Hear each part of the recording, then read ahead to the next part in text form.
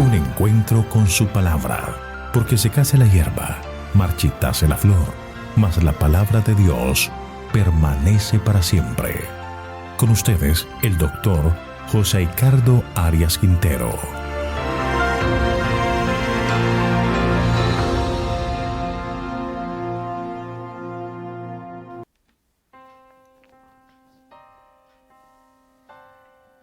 Vamos a estudiar Isaías capítulo 7. Para ello vamos a orar. Querido Señor, en este momento solicitamos que la bendición de tu Espíritu esté con nosotros, que tú nos ayudes a entender tu palabra y a guardar las enseñanzas en nuestro corazón. Gracias por tus bondades, lo pedimos todo en Jesús. Amén. El plan de la salvación ilustrado en el santuario fue ejecutado por la sabiduría y la misericordia de Dios por la humanidad. Una vez el hombre peca, se aparta de Dios, está condenado a muerte. Pero la muerte referida en Génesis es la extinción total de la humanidad. ¿Por qué? Porque al morir Adán y Eva, mueren los únicos humanos que habían. Mueren nuestros primeros padres, los hombres desaparecerán del universo. Pero Dios iba a ejecutar un plan para salvar al hombre y darle una segunda oportunidad, la oportunidad de reconocerlo como Dios y amarle.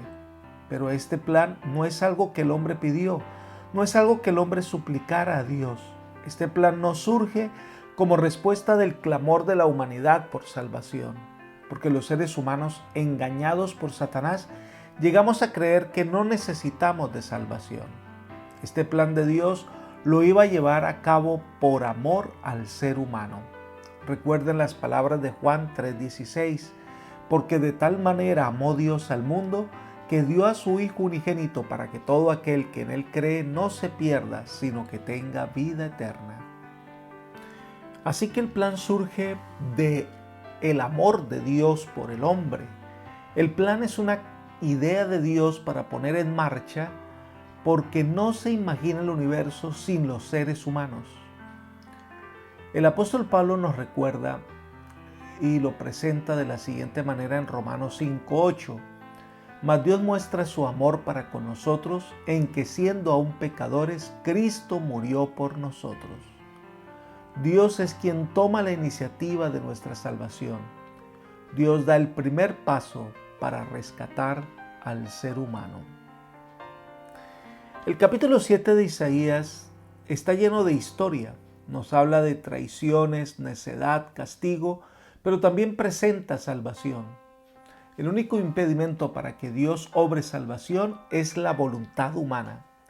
Y en el caso del rey Acaz, esta afirmación es una realidad. Vamos a extractar lecciones espirituales de este interesante capítulo. La historia se resume en los versículos 1 y 2. Leamos el versículo 1. Aconteció en los días de Acaz, hijo de Jotam, hijo de Usías, rey de Judá, que Resín, rey de Siria, y Peca, hijo de Remalías, rey de Israel, subieron contra Jerusalén para combatirla, pero no la pudieron tomar.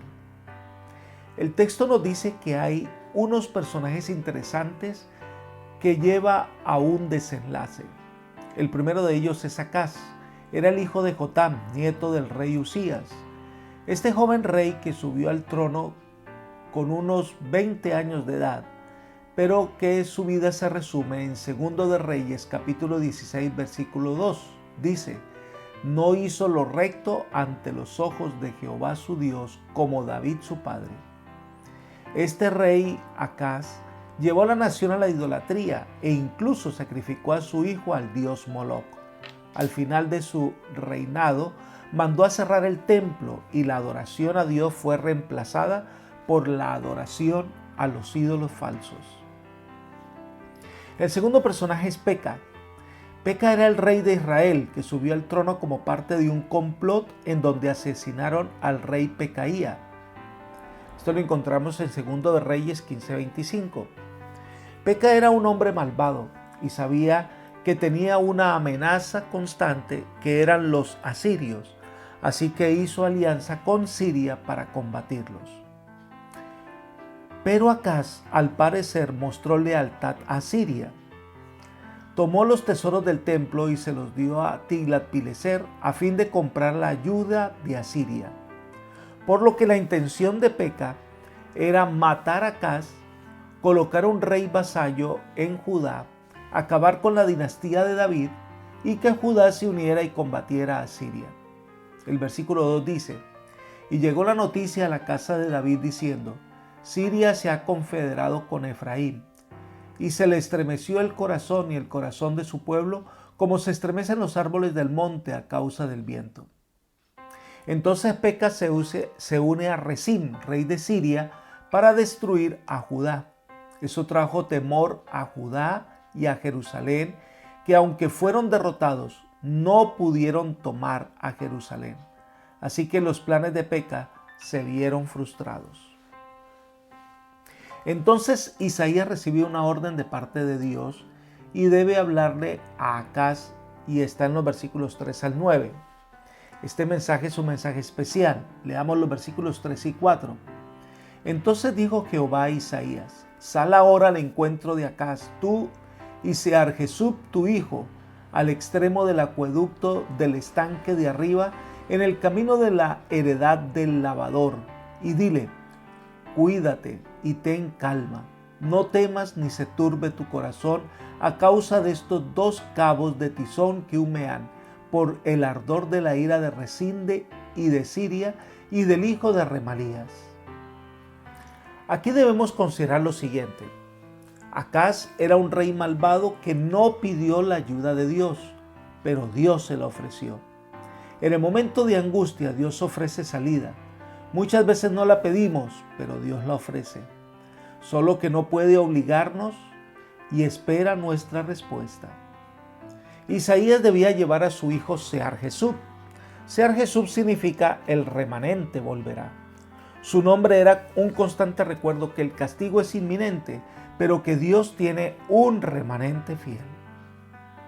El mensaje es claro: no tengas miedo, no tengas temor. Aunque ellos hubieren de destruir a Jerusalén y Judá, Dios ha dicho que eso no sucederá. El problema era que Acaz era un hombre malvado.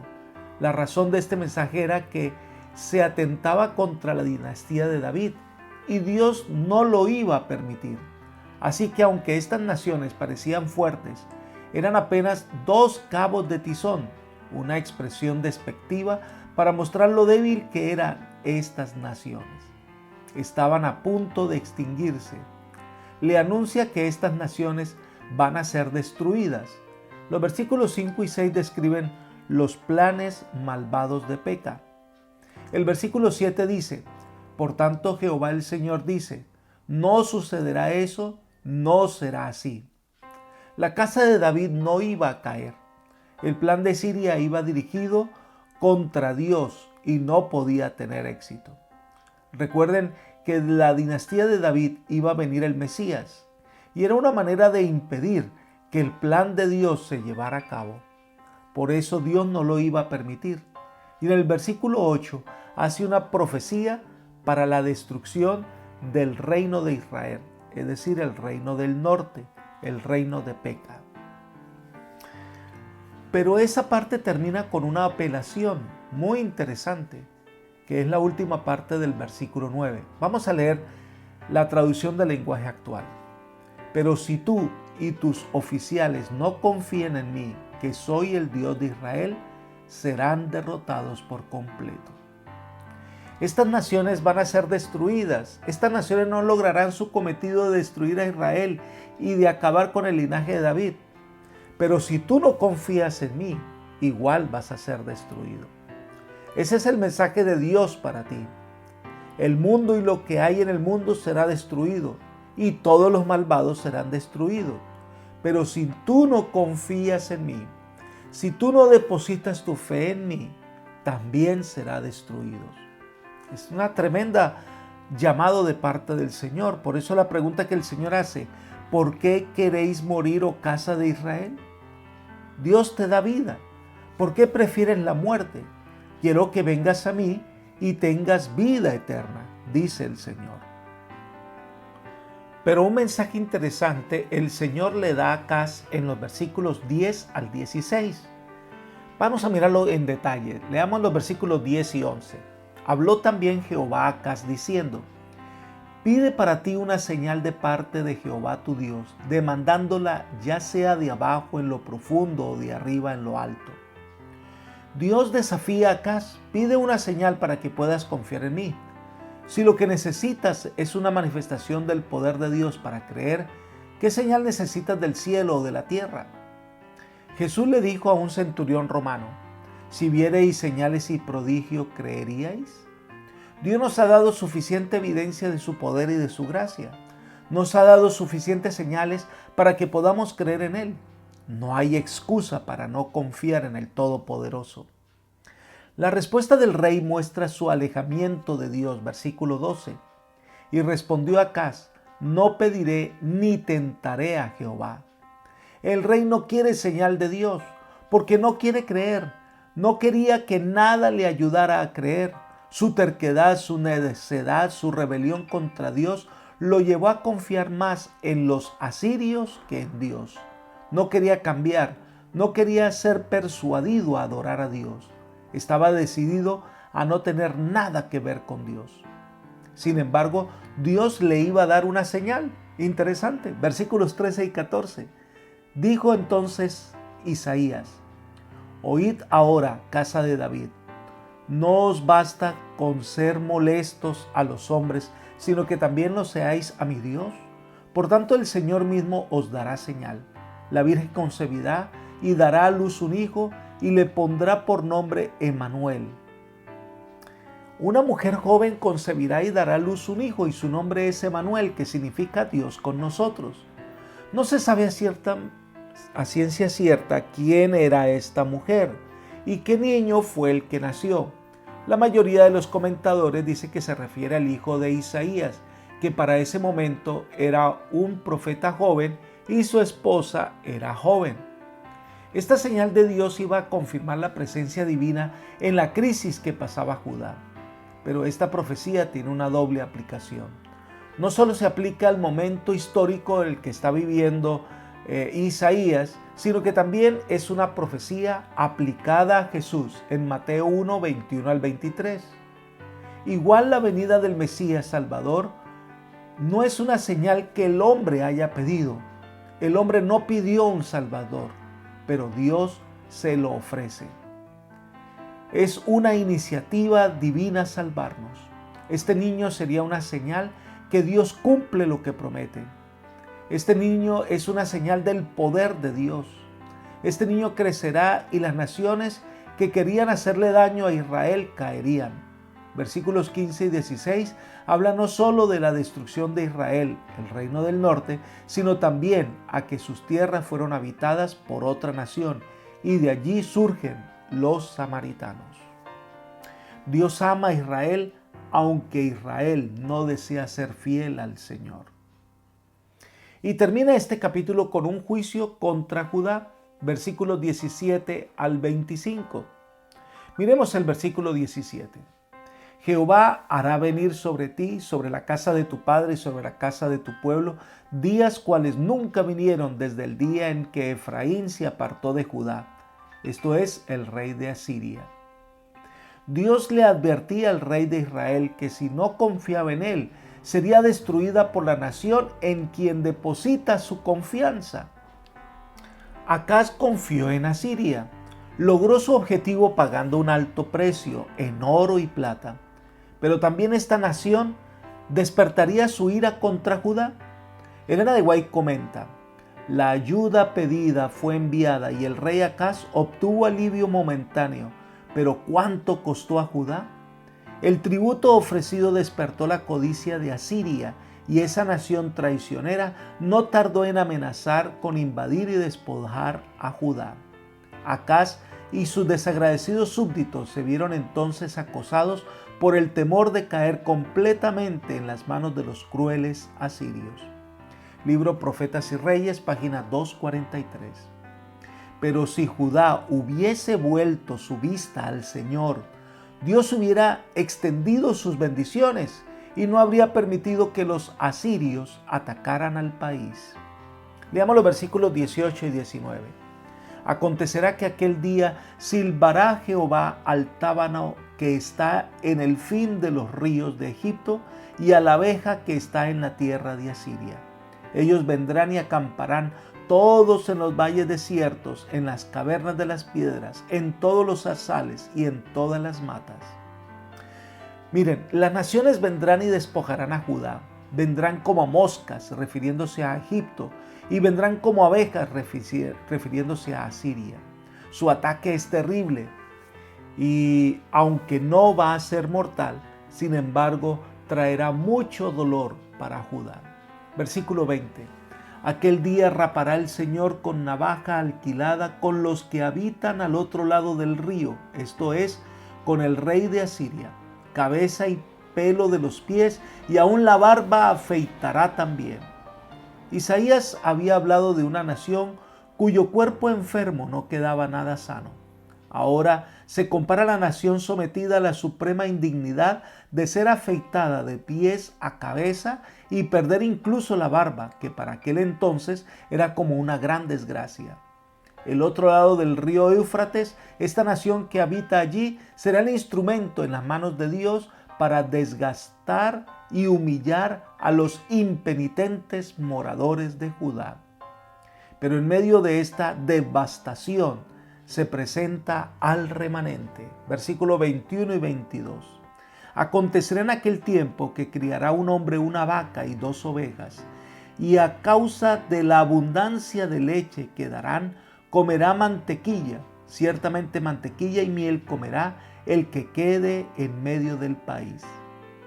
La devastación sobre el país, sobre Judá, será grande. El ganado grande y pequeño será tomado por las naciones invasoras. Pero el que quede tendrá una vaca y un par de ovejas. Y este remanente gozará de la bendición y la protección divina. Dios bendecirá al remanente fiel y tendrá suficiente para comer. La devastación sobre Judá será grande, que los grandes palacios, las grandes viñas, las tierras de las cuales era un lujo comprarlas, se convertirán en un montón y en monte de donde se podrán cazar hasta cabras monteses. Versículos 23 al 25. Las tierras productivas quedarán inhabitadas y será un lugar desierto. Esta es la terrible consecuencia de una nación que no quiso escuchar la amonestación del Señor.